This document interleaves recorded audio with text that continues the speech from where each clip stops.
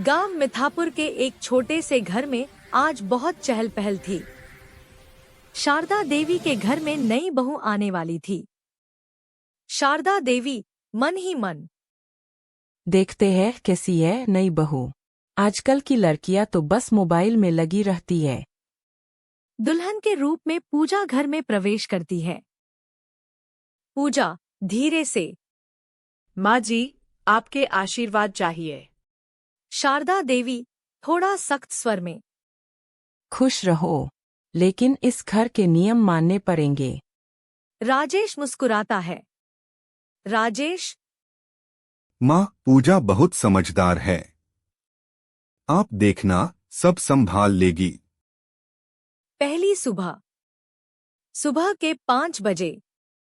शारदा देवी जोर से, पूजाएं, हमारे घर में बहुएं सूरज से पहले उठती है। पूजा तुरंत उठ जाती है। पूजा जी माँ जी, अभी आती हूँ। रसोई में जाकर पूजा चाय बनाती है।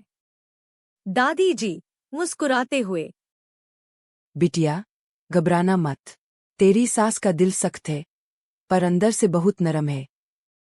पूजा हल्की मुस्कान देती है। पड़ोस की बातें। पड़ोसन रीना आती है। रीना, अरे शारदा जी, कैसी है नई बहू? काम जानती है या नहीं? शारदा देवी थोड़ा गर्व से, देखेंगे, अभी तो परीक्षा बाकी है। पूजा सब सुन लेती है पर कुछ नहीं कहती। पहली परीक्षा। एक दिन घर में मेहमान आते हैं। शारदा देवी, पूजा, आज खाना तुम बनाओगी। अगर अच्छा बना तो मानूंगी कि तुम इस घर की लक्ष्मी हो। पूजा घबराती है पर मेहनत से खाना बनाती है। खाना खाते समय, दादी जी, वाह, बहुत स्वादिष्ट है।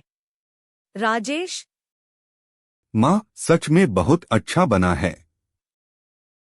शारदा देवी चुप रहती हैं, लेकिन उनके चेहरे पर हल्की मुस्कान होती है। एक दिन पूजा से दूध उबलकर गिर जाता है।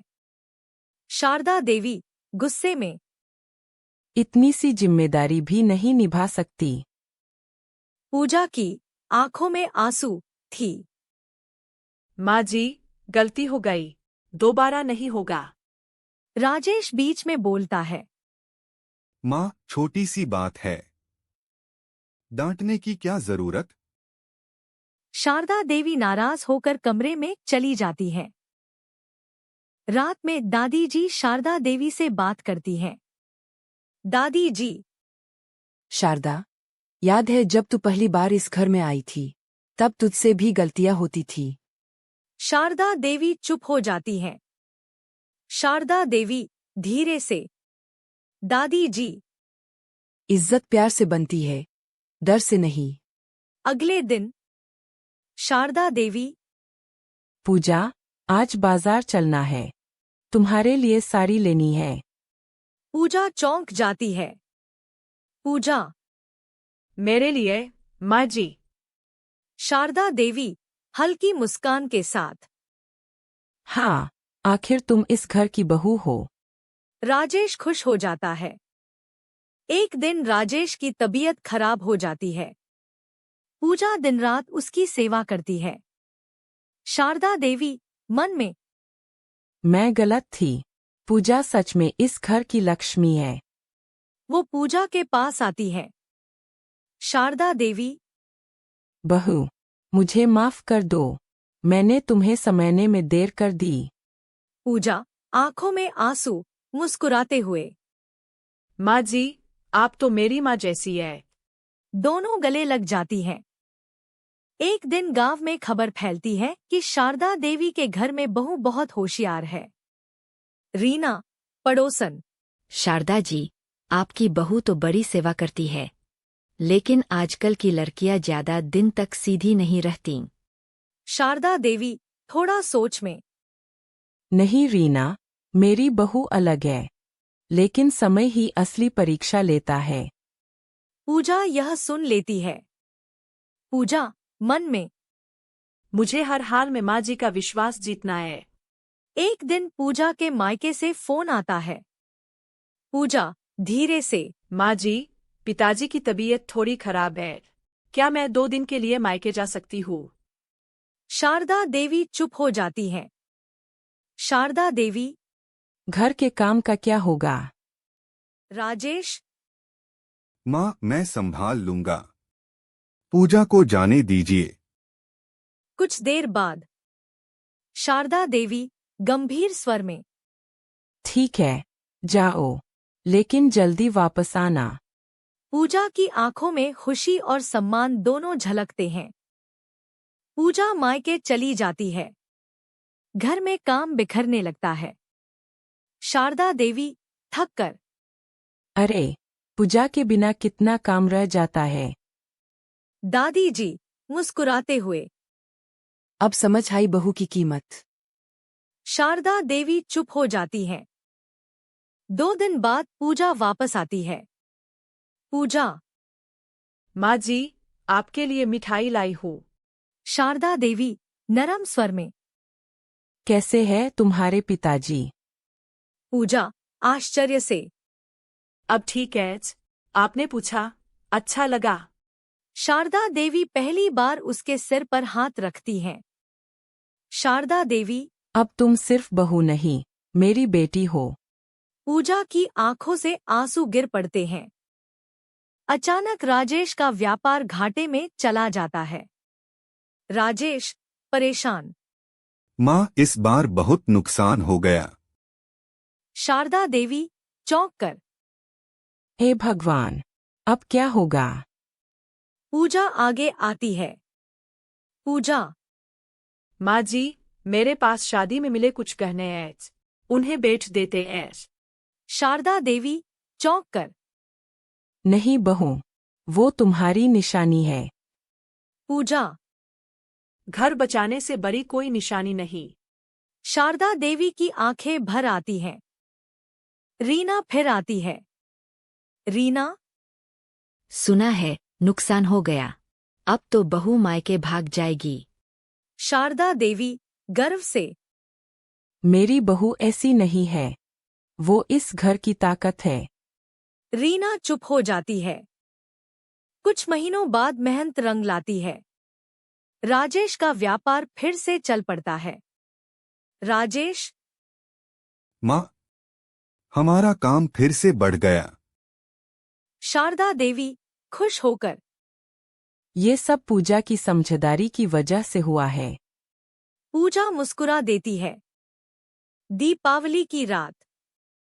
पूरा घर रोशनी से जगमगा रहा है। शारदा देवी, बहू, आज घर की लक्ष्मी तुम हो। पूजा तुम ही करोगी। पूजा दिया जलाती है। पूजा, माँ जी, अगर आप साथ न देती तो मैं कुछ भी नहीं कर पाती। दोनों साथ में आरती करती हैं। एक दिन पूजा आंगन में बैठी कुछ लिख रही थी। शारदा देवी, क्या लिख रही हो बहू? पूजा संकोच से। माँ जी, मैं सोच रही थी कि घर के आंगन में छोटा सा अचार और पापड़ का काम शुरू करूं। थोड़ा घर की आमदनी बढ़ जाएगी। शारदा देवी चौंक कर। हमारे घर की बहू बाहर काम करेगी।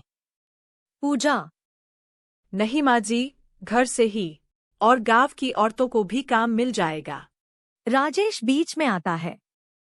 राजेश, माँ, मुझे तो पूजा का विचार अच्छा लगा। शारदा देवी कुछ सोचने लगती है। रीना फिर से आ जाती है। रीना, अरे शारदा जी, सुना है आपकी बहू कारोबार करेगी। अब घर कौन संभालेगा? शारदा देवी धीरे लेकिन दृढ़ आवाज में। मेरा घर मेरी बहू भी संभालेगी और काम भी करेगी। मुझे उस पर भरोसा है। पूजा दूर खड़ी सब सुन लेती है और उसकी आंखों में गर्व झलकता है। कुछ महीनों बाद पूजा के बनाए अचार और पापड़ गांव में मशहूर हो जाते हैं। गांव की औरत, पूजा बहू, तुम्हारा आम का अचार तो शहर में भी बिक सकता है। पहली बार पूजा शारदा देवी के हाथ में पैसे रखती है। पूजा। माँ जी, ये हमारी पहली कमाई है। शारदा देवी आंखें भरकर। नहीं बहू, ये तुम्हारी मेहनत है। मुझे तुम पर गर्व है। रात को शारदा देवी दादी जी से बात करती हैं। माँ, मैंने हमेशा सोचा था कि बहू को सिर्फ घर तक सीमित रखना चाहिए, लेकिन आज समझ में आया कि अगर उसे मौका दिया जाए तो वो घर को और ऊंचा उठा सकती है। दादी जी मुस्कुराकर। समय बदलता है शारदा, और हमें भी बदलना चाहिए। गांव के प्रधान जी घर आते हैं। प्रधान जी। शारदा बहन, आपकी बहू ने गांव की औरतों को रोजगार दिया है। अगले हफ्ते पंचायत में उसे सम्मानित किया जाएगा। पूजा घबरा जाती है। पूजा। मैंने तो बस कर के लिए किया। शारदा देवी। नहीं बहू, तुमने पूरे गांव का नाम रोशन किया है। सम्मान समारोह का दिन। पूजा स्टेज पर जाती है। पूजा। अगर मेरी माँ जी मेरा साथ न देती तो मैं यहाँ तक कभी नहीं पहुँच पाती। सब लोग तालियां बजाते हैं। शारदा देवी की आंखों से आंसू बहने लगते हैं। वो मंच पर जाकर पूजा को गले लगा लेती हैं। शारदा देवी। आज से तू मेरी बहू नहीं, मेरी बेटी है, और मुझे तुझ पर गर्व है। कहानी का अंतिम संदेश। रिश्ते जब अहंकार से नहीं बल्कि समझ और सम्मान से निभाए जाते हैं तो घर ही नहीं पूरा समाज बदल सकता है।